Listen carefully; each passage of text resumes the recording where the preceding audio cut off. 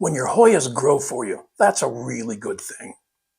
And when your Hoyas bloom for you, that's really special. And when you've got 6 Hoyas in bloom at the same time, well, that's a cause for celebration. So join me with a tasty beverage close to hand while we take a look at 6 Hoyas in bloom.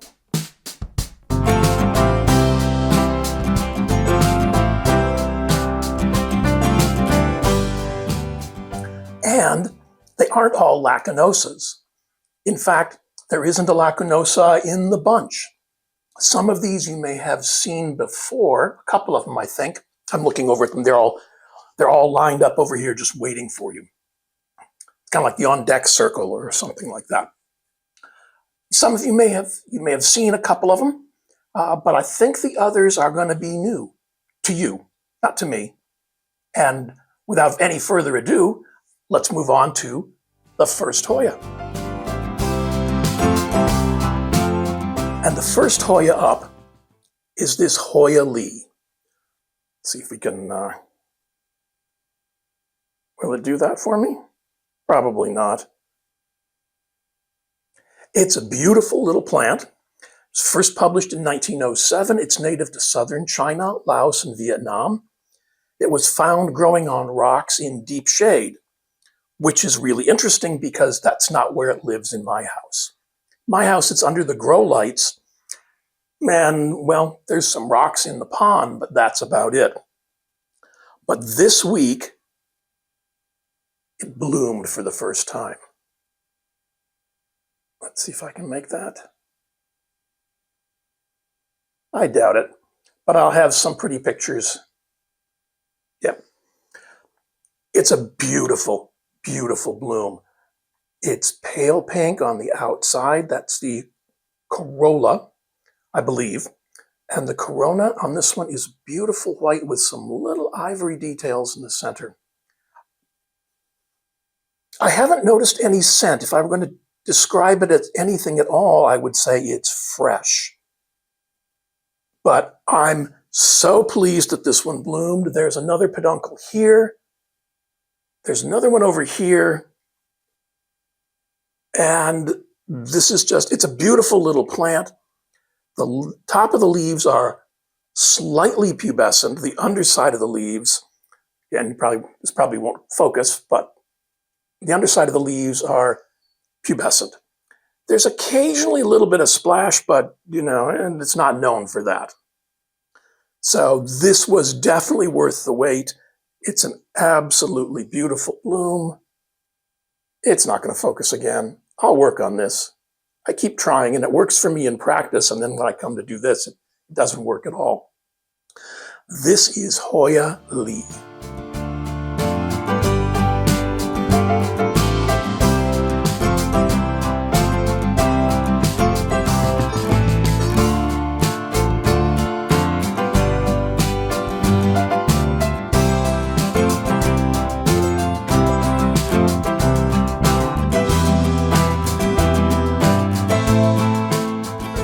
The next Hoya up is this hoyaspectatissima.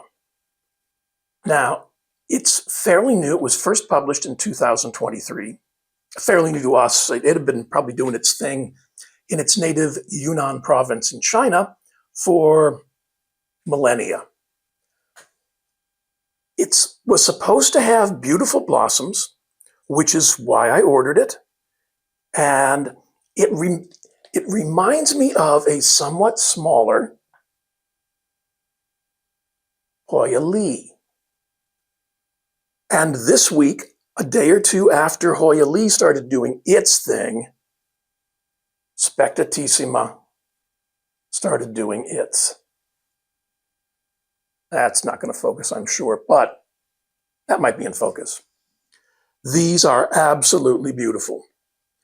They're good-sized blooms for a fairly young plant. I don't think I've had this 6 months.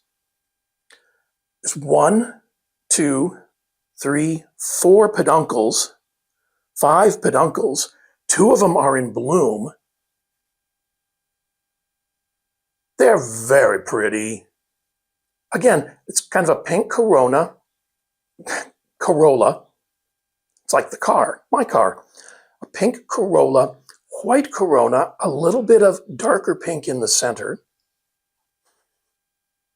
No discernible scent on these, but it bloomed so fast for me. And for such a small plant to have this many peduncles, this is really, really cool. I'm very happy with this plant.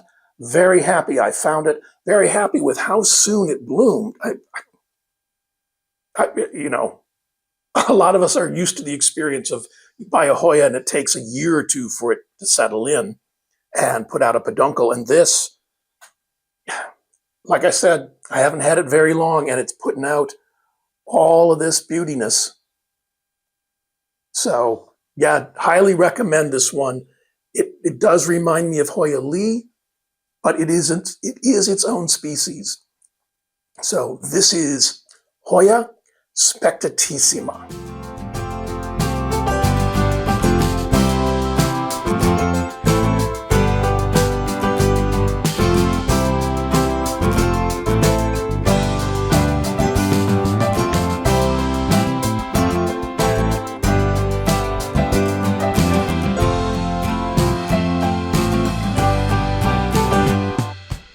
The next Hoya up is my hoyadavidcummingii.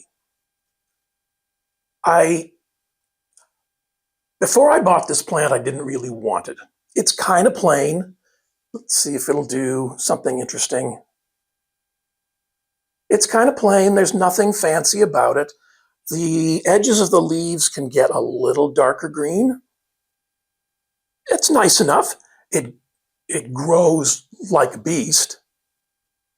I don't think I've had this a year yet. And when it blooms, I mean, the blooms are pretty enough.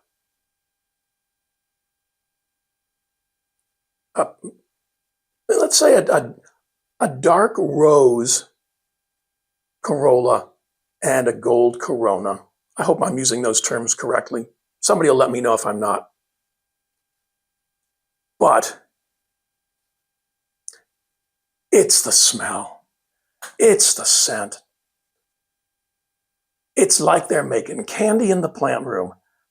I heard someone say butterscotch, and to me that didn't really nail it. And then someone said caramel. That's the one. It's caramel. Strong caramel. All the time caramel. It could almost make you tired of it. But the scent is just beautiful. This is definitely worth, for me, I would highly recommend it. Definitely worth searching out. It's a thirsty little bugger. He wants his drink, not unlike me. Right now, I can see 1, 2, 3, 4, 5, at least 5 peduncles. 2 of them are in bloom. The other ones will be, so this will be blooming for the next couple of weeks. You'll know when it opens up because you'll look around and go, what is that? It's like, that smells like somebody's making candy, and that's hoyadavidcummingii. Oh, there's another one hiding. There's 2 more hiding down there. It's probably just going to keep blooming for the next couple of weeks. I highly recommend this plant. There's nothing fancy about it except for these gorgeous blooms and that incredible scent. So if you can find a davidcummingii at a reasonable price, yeah. I know it's not going to satisfy your splash needs, but man, that's just pretty. That's just pretty. Maybe. It could be a very soft focus effect.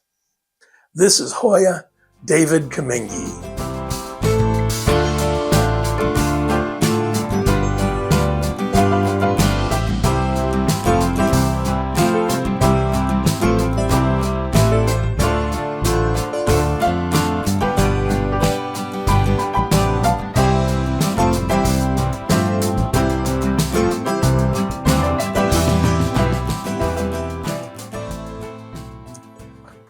And the next Hoya up is this hoyaphuwuaensis. Phuwuaensis used to be known as species phuwa. It was first published in 2016, and it has become its own thing.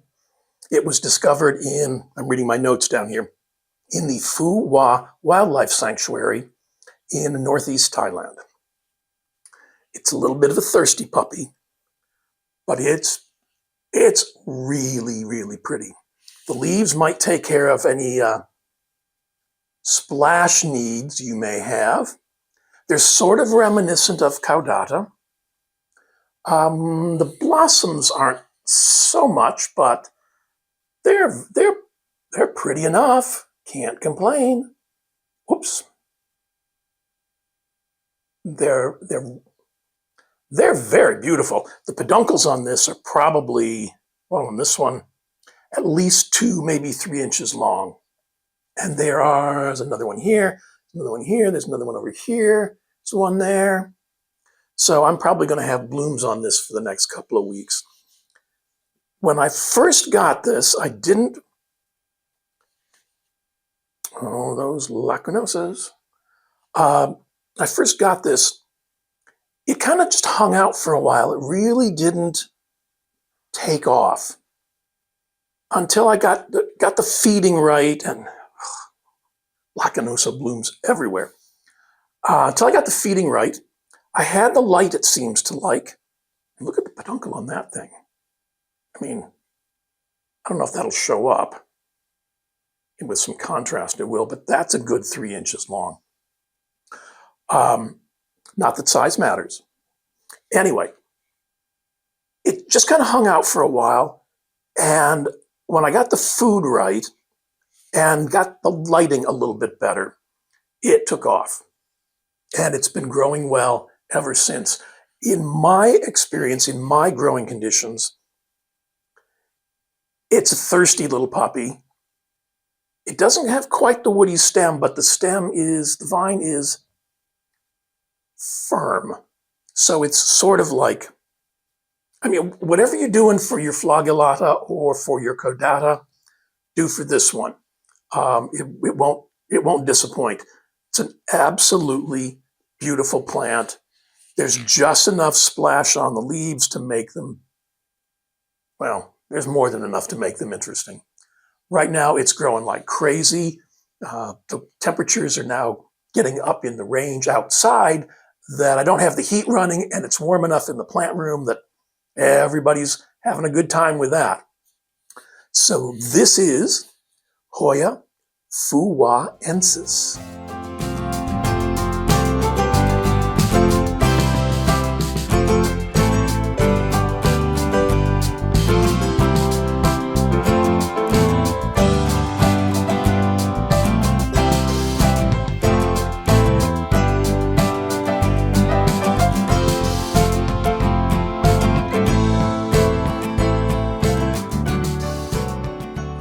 And the next Hoya, you may remember from one of my earlier videos, it was the example for growing a large plant in a small pot. And I think I said at that time that I was going to repot this, and, well, clearly I haven't done that yet. This is hoyaerythrina. She was first published in 1978. It's native to the Malaysian Peninsula, the end of the Malaysian Peninsula, and to Vietnam. The leaves are, there we go, just beautiful. Nice veining, it's slightly raised, there's a little bit of splash. And this week, it started blooming again. And yeah, I mean, how can you complain? You know, Hoya blooms, how can you complain?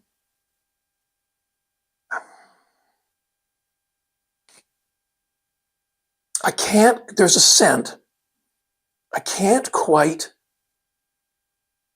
put my finger on what it smells like. It's not sweet. It's not like the davidcummingii. It's not like a lacunosa, but there is a scent to it. And they're drippers. This this has been open for a day and there's already huge drops of nectar hanging on there. There's still spots from the last time it bloomed. Let's see if I can, it's the blossoms are fuzzy. They're kind of a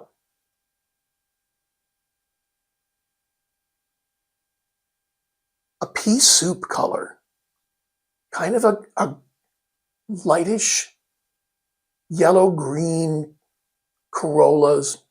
The coronas are a little bit lighter than that. This has been clearly, this has been a really good grower for me. It wants lots of light, or it seems to be doing, that's what I'm giving it, and it seems to be liking it. It does want its food. It is a little thirsty because it is a big plant. When I get around to putting it in a larger pot, it's going to appreciate that even more, although, well, that's not too bad. I mean, it's bad enough. That's not going to be a pretty scene. But the leaves are stunning. They're very striking. The raised veins get a little bit darker. There's a little bit of splash. There's a little bit of texture. It blooms. I've got some more peduncles on here getting ready to go. And so this is a really cool plant. This is Hoyaerythrina. All of it.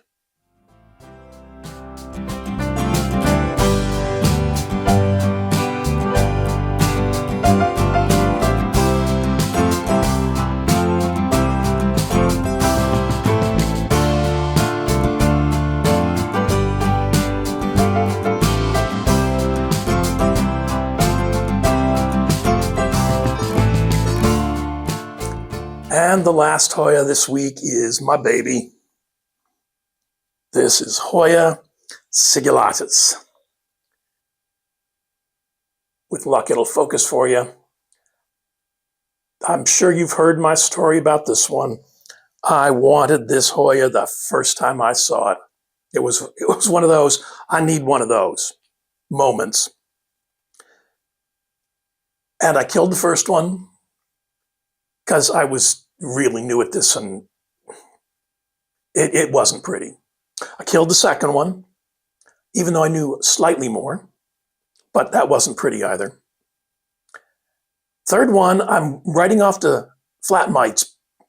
The petioles on sigillatis seem a little delicate. They won't take, I'm trying to get a good, there we go. They don't take well to flat mite abuse. They don't take well to much. I mean, they'll hook, the size of them, they'll hook on anything, and if you pull, they're gone. But I finally found a rooted plant. I'd been trying cuttings before, and I was a Hoya newbie before now, and and was, I was arrogant. Oh, I know how to do this. Well, clearly I didn't. After the third time, I felt humbled, and so I got this, found a setting, Doug Chamberlain, Vermont Hoyas. I've quoted him a couple times. He said, if you find a spot your sigillatis likes, leave it there and don't mess with it. So that's absolutely what I did. I found the lighting it likes. It's the only Hoya in the plant room that's in a hanging pot like this, because I'm not going to mess with this. I'm not going to mess with this. This is just so beautiful that I'm not taking any chances. And today I noticed again that it's starting to bloom. And that's just cool.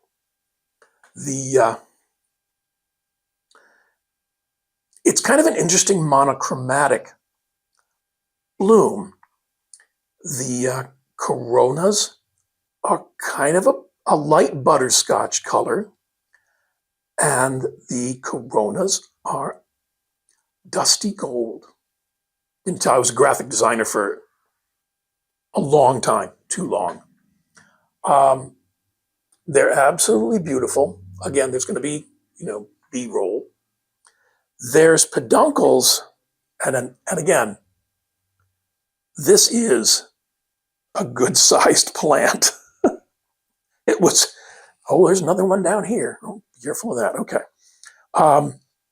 It was getting into everybody else's business when I tried to extract it for this. But this has been I really like sigillatis. The leaves are just beautiful. They're so much splash. They're firm. The undersides get a little bit of this, dare I say, burgundy color. They'll get a little sun stressed if there's too much light, but they don't seem to mind that sun stressing. Oh man, this is just a good plant. If you can find one, I would suggest trying to find. Here we go. Okay, stop arguing. We have company. Behave. If you can find a rooted plant to start with, that may be my only recommendation about this. Well, I have a couple, but that'll be starting it. I tried cuttings and it can be a little finicky. At least it was for me. So if you can get a rooted plant to start with, that's a plus. It's thirsty, so I water this a couple times a week. I give it a good watering on the weekend, and then a touch-up midweek. It's in a very airy mix. It came in an airy mix, and I figured I'm not going to mess with that. It was doing fine. It's doing fine now. So I actually, when I transplanted this larger pot, I lifted the whole thing out and put it in a larger pot surrounded with cocoa husks and some orchid bark and some sphagnum, and just left it alone. And this is just really, I love this plant. This is one of my favorite Hoyas. And, whenever I get blossoms on a Hoya, that's just a nice little treat for me. So, this is so cool. Having struggled with sigillatis for so long, to finally get a plant that's like this, it makes my day. So, this is Hoyasigillatis.